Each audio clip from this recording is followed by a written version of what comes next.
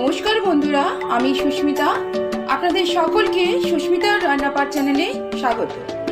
আজকে আমার রেসিপি হলো চিকেন কষা। আপনারা বাড়িতে চিকেন কষা বানান আমি জানি, কিন্তু আমি একটু অন্য পদ্ধতিতে চিকেন কষা বানিয়ে আপনাদেরকে দেখাবো। আমি চিকেন কষাতে এক ফোঁটাও জলের ব্যবহার করব না। জল ছাড়া আমি চিকেন কষা করে আপনাদেরকে আমি দেখাবো। এই চিকেন কষা গরম গরম ভাতের সাথে যেমন খেতে ভালো লাগে, তেমনি রুটি, পরোটা, ফ্রাইড রাইস, পোলাও, লাচ্ছা, নান, রুমালি রুটি প্রত্যেকটা জিনিসের সাথেই খেতে কিন্তু ভীষণ ভালো লাগে। আমি যেভাবে জল ছাড়া চিকেন কষা বানাবো, আপনারাও বাড়িতে এইভাবে চিকেন কষা ট্রাই করবেন। আশা করি আপনাদের ভালো লাগবে। আর আমার এই রেসিপিটি যদি আপনাদের ভালো লেগে থাকে, অবশ্যই লাইক করবেন, শেয়ার করবেন, কমেন্ট করবেন, আমার চ্যানেলটি সাবস্ক্রাইব করবেন। আমার চ্যানেলে নতুন বন্ধু হয়ে থাকলে চ্যানেলটি সাবস্ক্রাইব করার জন্য অনুরোধ রইল। তাহলে চলুন দেখাই কিভাবে আমি চিকেন কষা বানাই। চিকেন কষা করার জন্য আমি এখানে 1.5 কেজি চিকেন নিয়ে নিয়েছি। চিকেনটা ভালো করে আমি পরিষ্কার করে ধুয়ে নিয়েছি। এবার আমি চিকেনটা ম্যারিনেট করব।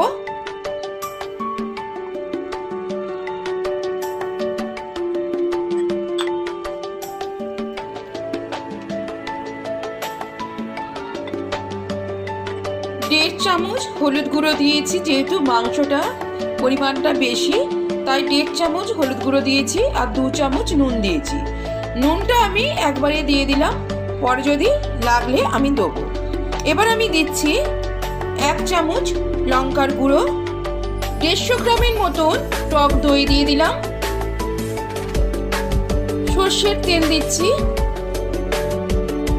1 চামচ গরম মশলার গুঁড়ো দিয়ে দিলাম।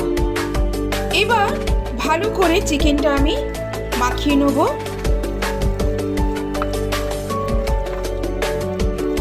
চিকেনটা ভালো করে আমি মাখিয়ে নিয়েছি। এবার আমি 30 মিনিটের মতন রেস্টে রেখে দেবো। এবার আমি একটা মশলা পেস্ট করে নেব। এখানে 2টো মাঝারি সাইজের পেঁয়াজ নিয়েছি, এখানে বড় একটা টমেটো নিয়েছি, এখানে এরকম সাইজের 4 টুকরো আদা নিয়েছি, 4টে কাঁচা লঙ্কা নিয়েছি, আর বেশ কিছুটা রসুন নিয়েছি। এই চিকেন কষা করতে গেলে রসুনটা একটু বেশি দিতে হবে। মশলাগুলো আমি একটা মিক্সার জারে নিয়ে নিচ্ছি, নিয়ে ভালো করে পেস্ট করে নেব।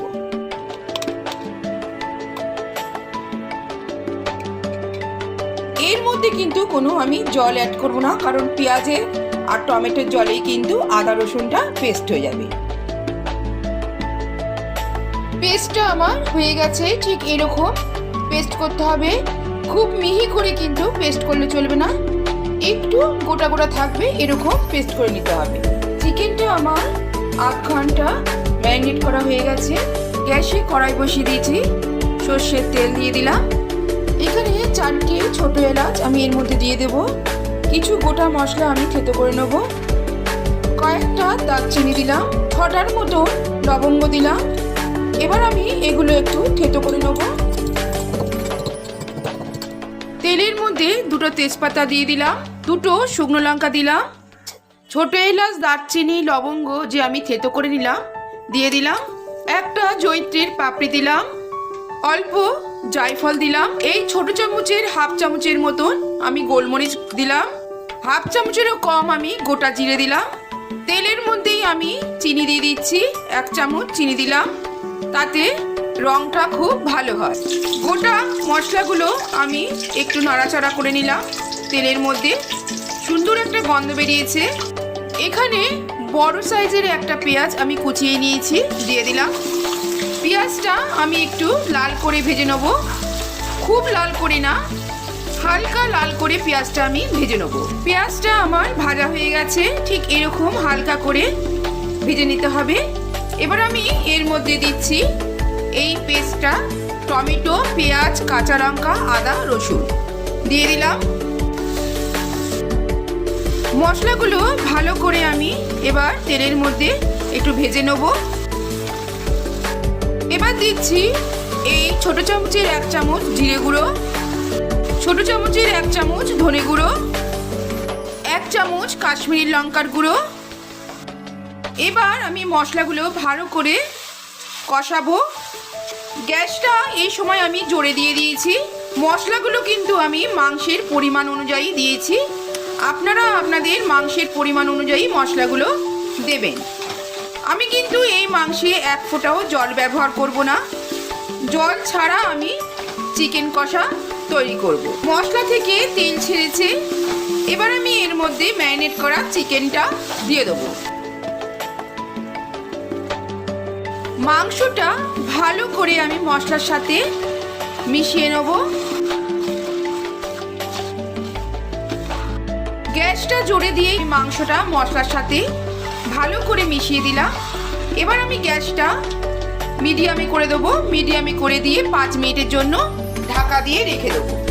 এইভাবে 5 মিনিট করে ঢাকা দিয়ে দিয়ে মাংসটাকে সেদ্ধ করে নিতে হবে। 5 মিনিট পর ঢাকনাটা আমি খুলে দিচ্ছি। দেখুন কত জল বেরিয়েছে মাংসের থেকে।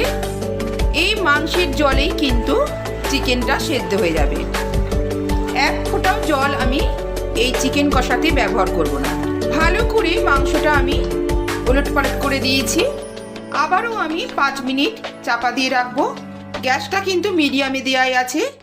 এইভাবে 5 মিনিট করে চাপা দিয়ে দিয়ে আমি মাংসটাকে সেদ্ধ করে নেব। আপনারাও তাই করবেন। চাপা দিয়ে দিলাম।